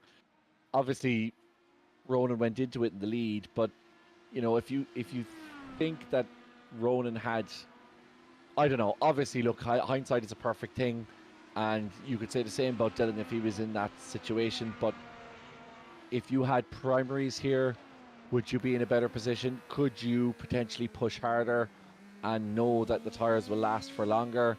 Because that gap is going up quite rapidly now. That's another 0.4 of a second, I think, out of this lap that Dylan has taken. And I think, in fairness to Dylan, you know, you coming into this evening being 4 points down in the championship due to drop rounds and obviously penalties as well, I think it reflected quite harshly on the 88 car, and you have to hand it to Dylan. He has earned, if he crosses the line first and wins this championship, he has earned every bit of it tonight, because he has just performed better than his cousin. He has performed better than Ronan Doherty. He's been better in qualifying when it needed to happen. He was more consistent in the races, was able to get that lead and to keep onto that lead as Jamal goes for a spin. Unfortunately, the 961 car could be our latest person. Yeah, he finished without a wheel in the second race. He finishes without a wing in the final race. Still trying to keep going. Yeah, still, I mean, you've got to admire his stick-to-itiveness, but now we're down to 10. And in this last race, okay, definitely you can say that Ronan was very unlucky with traffic. Absolutely, like, the way things panned out to be held up twice by traffic and then to have a major incident cause you to be overtaken. But Dylan really smartly disposed of Jamal, who we talked about earlier, and that was enough to put a gap between himself and Ronan. And like, Dylan has been absolutely flawless to this point around here. He's not put a single foot wrong, and for a man so young who has so much, you know, you talk about potential, but this is, and we talked about it in the LMP2 as well, by the way, this is a man converting potential into results that you see before you. And I'm so impressed with Dylan's drive all this season. He's had the most amount of race victories. He's been exceptionally rapid everywhere we've gone, which shows you, it kind of bears out in the drop rounds, and that he's dropped so much in the drop round that he has dropped, because all of the rounds he's done so well in. And now tonight he's heading for a trio of victories to show bottle when it matters on the final round to win the league. It's such an impressive performance from Dylan McClements. Yeah, with this on board now, which is turned off as they're talking about, but all I can imagine is, you know, the scene in Le Mans 66, or sorry, Ford vs Ferrari, it's actually called Ken Miles just at one with his machine in the middle of the race. That's all I can imagine McClemens is going through now. Probably not even thinking about what he's doing. He's just doing it. He's just doing it to perfection, as always. And anyone watching can consider themselves very lucky, because you're watching the birth of a superstar. Potentially in Irish motorsport, if things go well. Obviously, motorsport's such a luck game at times, but he's by far got the skill. Ronan Doherty's a fabulous racing driver. He really is brilliant. He came into Irish Formula V and wiped the floor in some racings with people. And his younger cousin has absolutely battered him so far this evening. It's not over by any stretch of the imagination. There's still plenty of time to go in this race, but what an unbelievable performance it's been from Dylan. Another statistic that's been mentioned in the chat from Johnny Hollywood is Peter McCann and his regular last evening podium. Unfortunately, the 5-season run came to the end last season. But Peter doing a good job here. He's going to get 6th, and I think he will gain a couple of championship positions purely for attendance reasons here tonight. But it's been a steady evening from Peter McCann. But with 5 minutes and 50 seconds to go, Ronan Doherty now has the edge on the push to pass, but the gap is 2 seconds, and it's not looking like it's closing. Yeah, and you talk about the potential for Dylan in the motorsport world and how many things have to go right. Obviously, lots of things have to go right, and you have to perform at certain areas, and obviously there's sponsorship and all that goes along with it as well, which can make it very difficult in Ireland when we don't have that, I suppose, tradition of circuit racing. Certainly rallying is very much in our blood, but circuit racing is something that we just don't have the facilities for in the same way that other countries do, and we don't have that history in heritage in the way that other countries do. Obviously, we've produced a few F1 championship drivers, but unfortunately none of them have, we don't have any F1 championships to our country's name. But for those of you who have just joined us or maybe new to the series, there's obviously people who are there before, but it's not that long ago that myself and Jack Canan were commentating on Alex Dunn in races like this, in the ES, I think it was the ESRC or whatever it was called back in the day, and in some of the now RIP Digital Motorsport Championships that Alex competed in. So, this is legitimate. This is legitimately high standard racing. Alex didn't have it his own way when he came into these races, and he was racing against all these guys. This series is just a continuation of what's gone before it with Digital Motorsport and what was set up, and not just by DM but even pre that, but I suppose organized that. I suppose in a roundabout way what I'm saying is that you look at a guy like Alex Dunn who's doing the same thing that Dylan was doing not so long ago, and now we're now talking about him less than 3 or 4 years later. I mean, Alex was racing in the pandemic, during the pandemic, so maybe 4 or 5 years later, and he is being touted as being the next Irish Formula 1 driver. So you might look at this series and you might think, okay, well, that's hyperbole, talking about Dylan and talking about, okay, obviously it's great that he's winning this series, but this is just a little bit of a fun, casual racing series. And you can say, yes, it is. The guys do a superb job at keeping it not too competitive and keeping it, as a place for guys to go who race on track, as an opportunity to hone their skills, and it's kept social and there's good crack in that. But when these guys hit the track, they're taking it seriously and they're racing 100%, and they're giving it their all. They're spending time. Dylan might say that I've only had a lick around here, but if you go into Dylan's Garage 61, I can tell you for a fact, because I use it to figure out our track conditions, he is on track multiple times in the week. He's racing in multiple different variations. He's trying test races. He's doing AI races. He's taking this seriously, and all you need to do is show somebody out of Carlin Motorsport or out of a junior Formula program, show him tonight. Show him. Look at the stature of drivers he's coming up against. Ronan Doherty, as you said, a guy who's walked into Formula V's and has absolutely bossed it and has taken the show away from really established on-track rivals. And Dylan has, over the course of the championship, they've been exceptionally equal, and Ronan has played a very big part in this championship. But tonight, Dylan has shown, in the most high pressure of situations, that he can perform and do everything that he needs to do pulling out a sub-8 lap right when it matters most, controlling the opening 2 races, using that opportunity in this final race where there's a little bit of carnage around him. Now he's established a 2-second gap, 2-second gap over Ronan Doherty, who was the fastest on track in qualifying up until about 3 minutes before the end.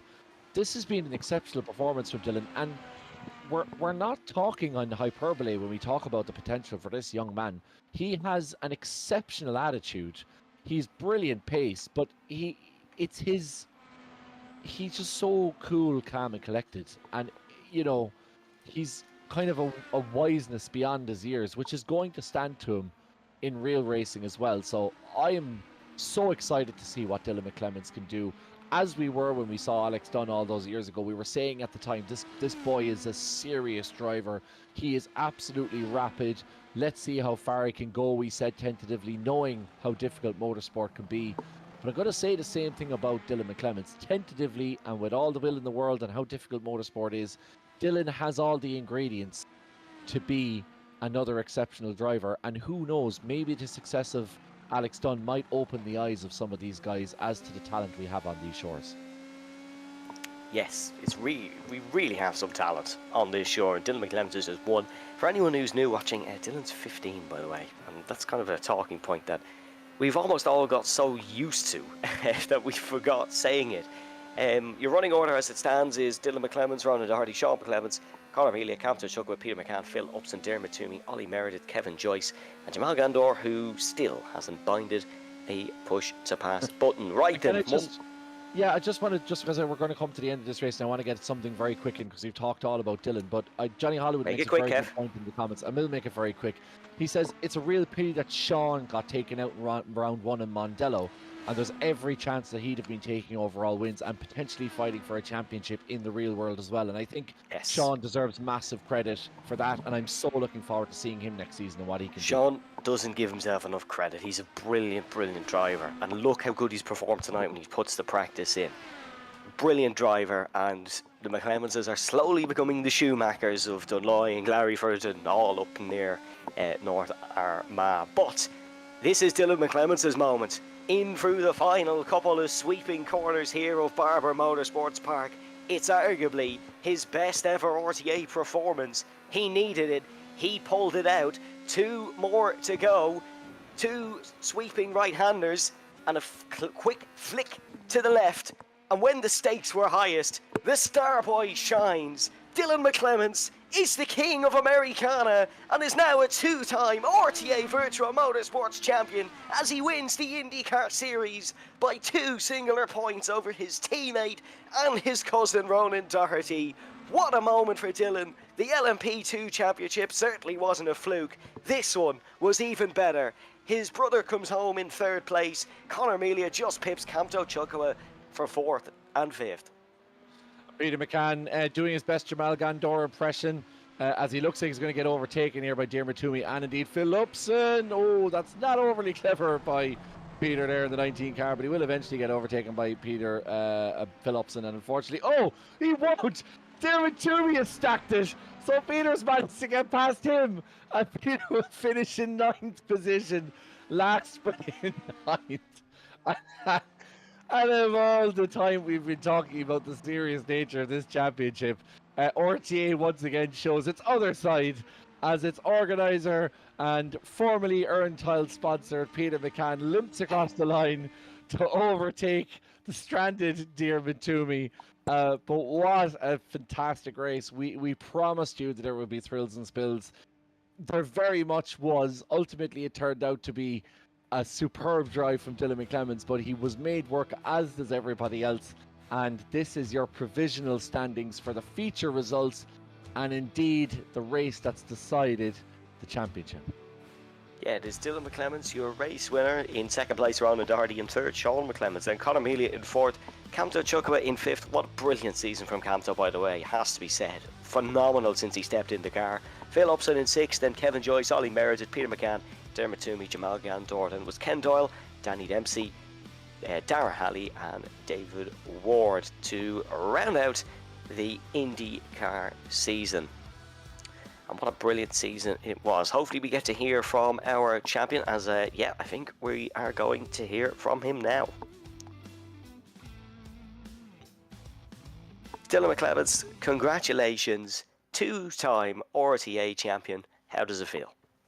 It feels great, especially that last race. I took all 3 wins, and I think it's safe to say I like the IndyCar. First hat-trick of the season, you did it in some style. It was a crucial start to the race, but you pulled off the big moves. Were you ever not confident that you were going to be able to take it? I mean, well, coming into the before the practice and all, I thought I knew the points.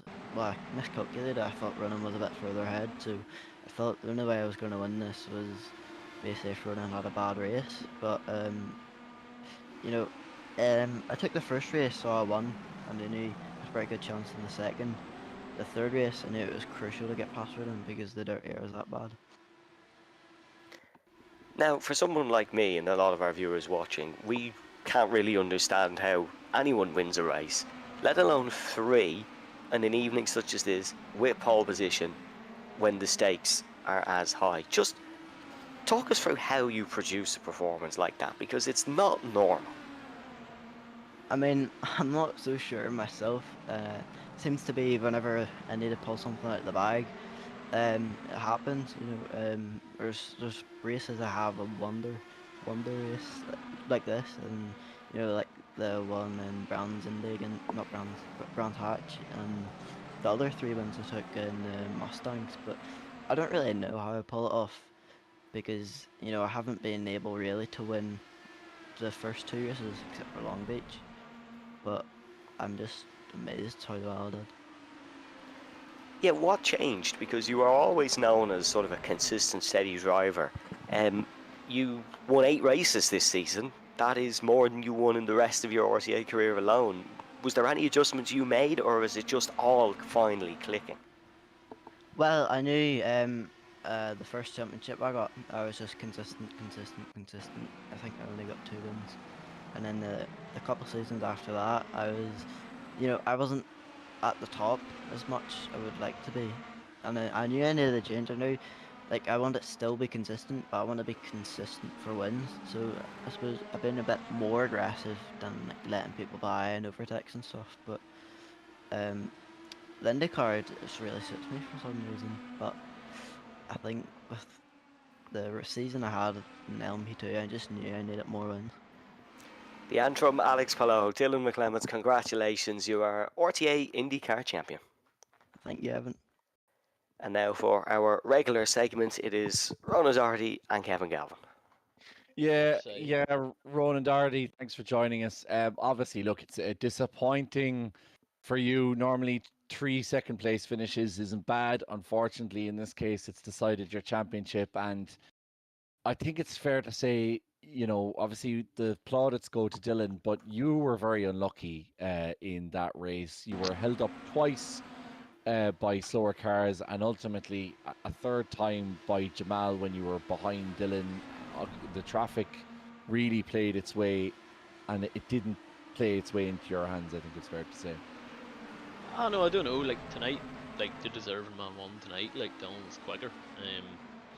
So yeah, just there's actually, if you go back and look at the replay, when Dylan went past me after corner, like me and Connor had like just touched wheels or whatever, it's really slowed me down. I could see he was going to get alongside me, so I was like, oh, just so he's not alongside, I'll hit my push to pass and hit my pit limiter. If you go my cockpit cam, you'll actually see between turns 2 and 3, I hit my pit limiter, and then Dylan just flies past me. So that was a mistake from me. But no, look, I was actually happy enough. Like I wasn't expecting to be as close to Dylan as I was tonight. But nonetheless, I suppose you came in, were you kind of surprised in the first case to come into the championship lead with the drop rounds? And like as Evan said, now that's 5, I think it's 5 championships in a row now where you've been finishing second. You must kind of get sick of it. Must be sick of it at this point. No, I'm not. I'm not really. Like it's just, I mean, I should take it more seriously than I do. And I always say this at the end of every season interview with lads. I'm like, next time I'll do a bit more practice, or next time I'll do a bit more practice. But I'm just at the point I can't commit to that practice off the official servers every week to keep up with the pace. So the 2 rounds I could do that with Road America and Mid Ohio, and it was on the pace then, but it's difficult. And like you're seeing now, sort of, to be honest, like a new breed coming through nearly. Like when I remember when I joined, sort of Peter Dempsey and those guys and Keith Dempsey were really quick guys in Ireland, and then it was me and Jordan and stuff. But and now it's Dylan's time and someone else to maybe challenge him as well. So it's like a revolving door nearly, and it's great to see Dylan's, like, I would say this is the first season, even though he won the P2, I'd say this is the first season he was really, like, I'd say the best driver in the championship, like, in terms of just his raw pace. He was absolutely rapid, so fair play to him. Well, I want to pick up on that because obviously you've been around for a long time and you will remember racing against the likes of Alex Dunn, and what he's gone on to do. Are we going too far in saying that Dylan has the capacity to do that? I mean, obviously motor racing is exceptionally difficult and we don't want to be lumping on too much pressure on a 15-year-old shoulders, but like the drive tonight in terms of pulling out a qualifying lap and making it count in a high pressure situation for such a young man, it kind of gives me shades of what we remember from racing against Alex all those years ago. Yeah, I mean, in terms of the real world, obviously he's not going to get there because you need to have a lot of money, like you need to be millionaire or whatever to really take a stab at that. But in terms of the sim, yeah, he can be just as quick. Like, he's definitely got the natural talent to be, if he wants to, he could probably and really dedicate time to it. Be running with the pro guys and stuff. And the good thing is he started so young that he's got plenty of years ahead of him before he's gonna sort of have other commitments and stuff. So, no, yeah, look, he's really promising talent. Well, Ronan, congratulations for second place. I mean, it was literally neck and neck going into the final rounds. You've made an almighty championship of it. And hopefully next season will finally be your season, the MX5s.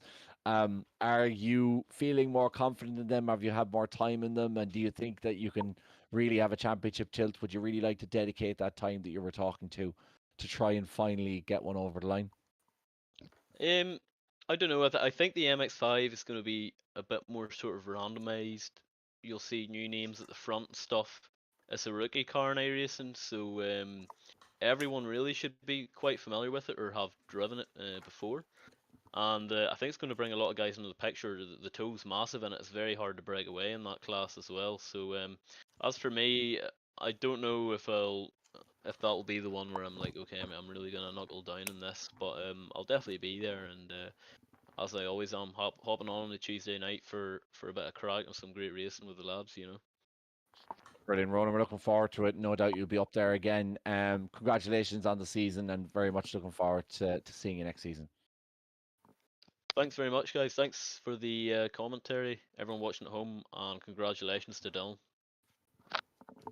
Brilliant. So fair play to Ronan, as magnanimous as you would expect. And finally, we're joined by the other McClements, who is just as magnanimous, but in his own way. Sean, who had a bit of an interesting back and forth, but he's going to join us and maybe pick through it with Evan Dalton and see if you can hear Dylan screaming in the background. Hiya, Sean. How are you keeping? Not so bad. How you keeping yourself, lad? Well, just a couple of Team DDR statistics I'm going to read out if you don't mind, just to enlighten what a fabulous season has been for you and the team. So Dylan 8 wins, champion. Ronan 5 wins, 2 points off, champion. And Sean took 3 hours to change a tyre. Any comments? We'll not talk about it, Evan. Some great racing from you tonight, though. Obviously, you took the few podiums. You had a great tussle with McCann.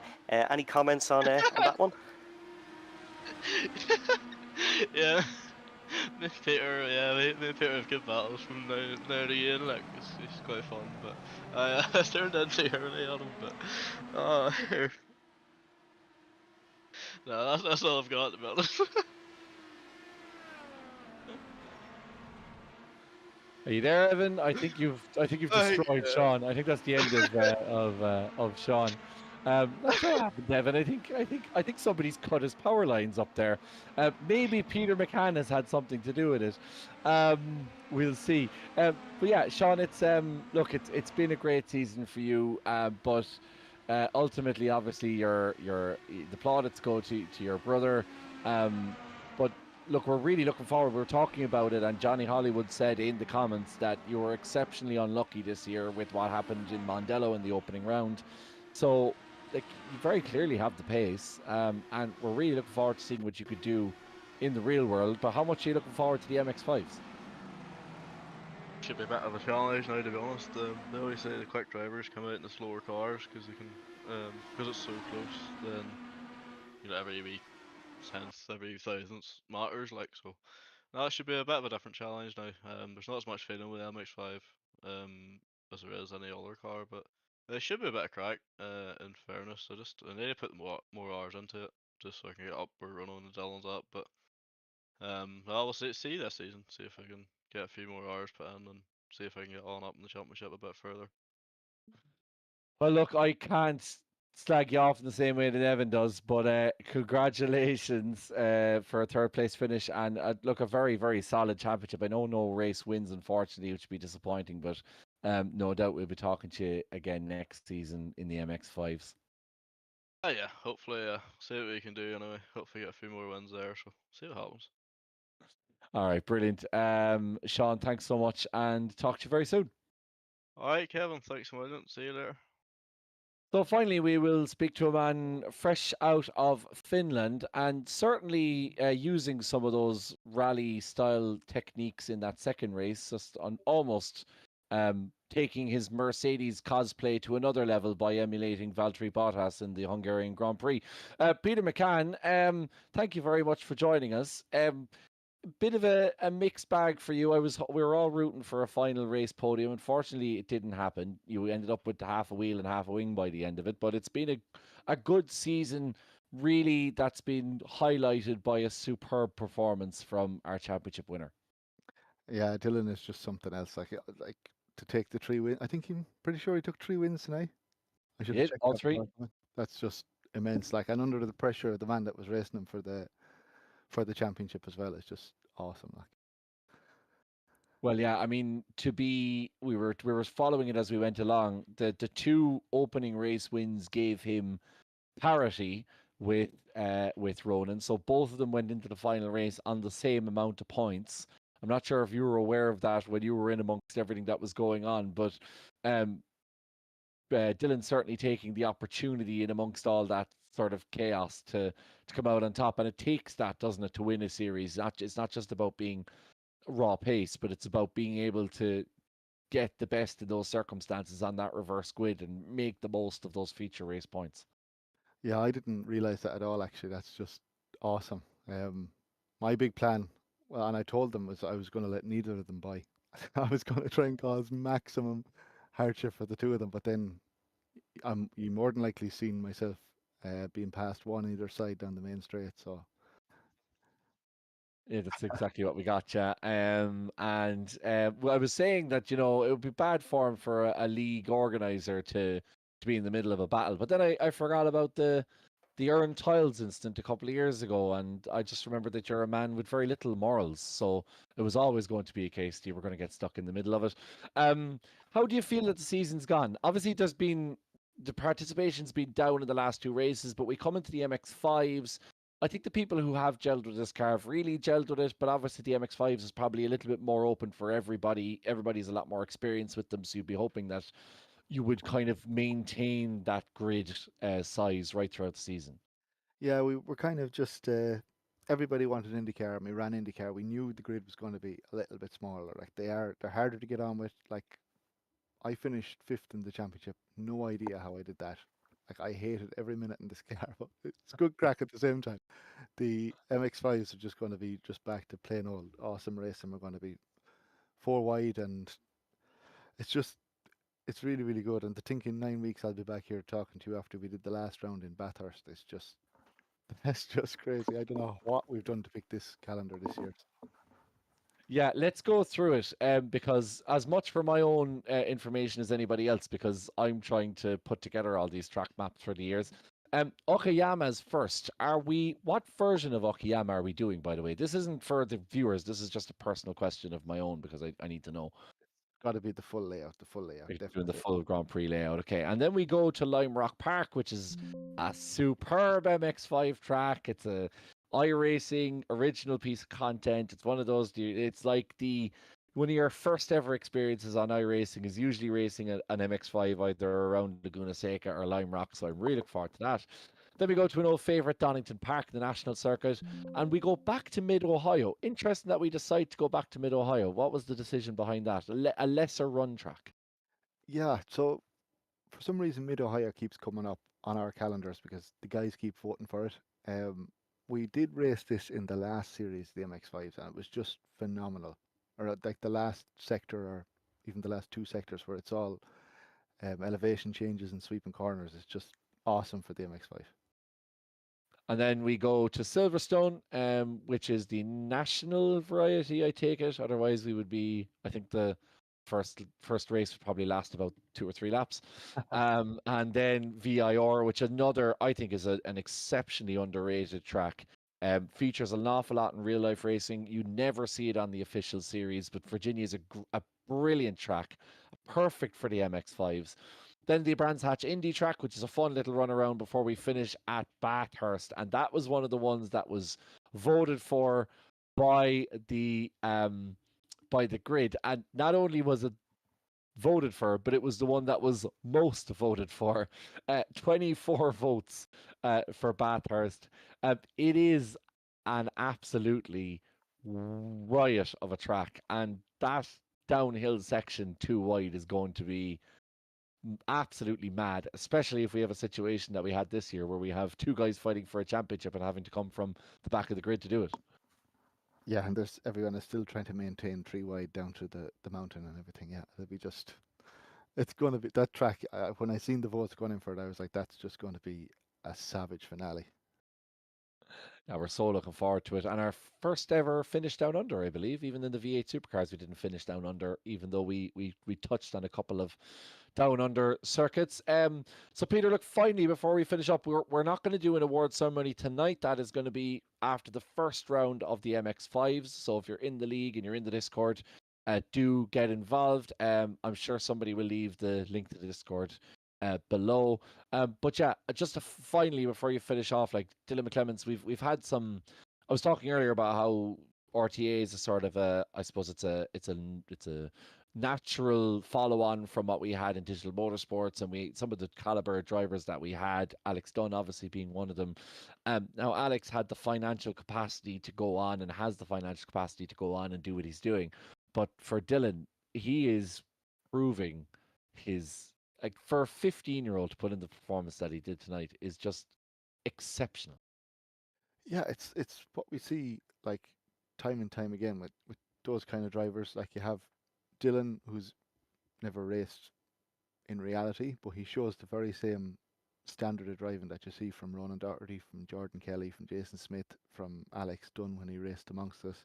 He has the very same characteristics that you see with those like successful real race drivers, and you just wonder, when if he does get in a seat, what he can do too. Well, what a great word to leave it on. Peter, thank you so much for joining us. Another successful season for RTA. Remember, you can head to rtavirtualmotorsports.com if you're interested in signing up for next season, or indeed looking back over the results for this season. Evan, before we finish up tonight, and indeed for the rest of the league, your own thoughts on tonight. It really did live up to the billing, particularly the first 4 or 5 laps of that feature race were thrilling. Yes, absolutely. It was a really good season, really good end to the season, something totally different for RTA. We go back to something maybe these guys are more familiar with, but I really enjoyed this season. It was something very different, as I said, and really took a couple of guys out of their comfort zones, which was great. Tonight was fabulous. Brilliant battle between Dylan and Ronan. 2 fabulous drivers, and unfortunately only one can win. And this season it was Dylan, but Ronan has another championship in him very, very soon, and I wouldn't be surprised if it's the MX5s. Well, it remains to be seen. He'll certainly be hot on the heels of his young to this victory. The second RTA championship win for 15-year-old, yes, 15-year-old Dylan McClements, getting the better of his older cousin. A big thank you from all of us at Gantry TV. Thank you. Yeah, there you go. Thank you for watching. And thanks for staying with us. If you do know people who are interested, get them to get involved, get them to subscribe. Do stay involved. We will be certainly here for the MX5 season. And after that, in terms of taking a slight break, that might be something that we may have to have a chat with later on to give poor Ronan Hederman behind the cameras an opportunity to go on a holiday. But from us at Gantry TV, massive thanks to the organisers and all of the drivers, indeed all of the people watching, the Johnny Hollywoods, Geraldine, the Jordan Kelly's who's getting involved, Evan Walsh was getting involved, is a regular, even Wardy, Sean McClements, Adam Dowling, all of these people who really make this thing tick and keep this thing on the road and keep it running. Thanks to all of you for watching. But until 2 weeks' time, where we go from the red state to the land of the rising red sun, Okayama, 2 weeks' time. Enjoy the break, enjoy the 2 weeks, and we will be back right then to see the latest in this enthralling edition of the RTA Virtual Motorsport Series in partnership with motorsport.ie. Remember as well, if you're looking for sim gear, head over to the Sim Consultants. They are the best place to get all of your gear, and I'm sure Ronan, if you do mention that you're an RTA ally, will be very helpful or very happy in terms of helping you out. But until then, enjoy the next 2 weeks. My many thanks to Evan and indeed Ronan Hederman in the background, and we'll talk to you very shortly. Slán go fóill.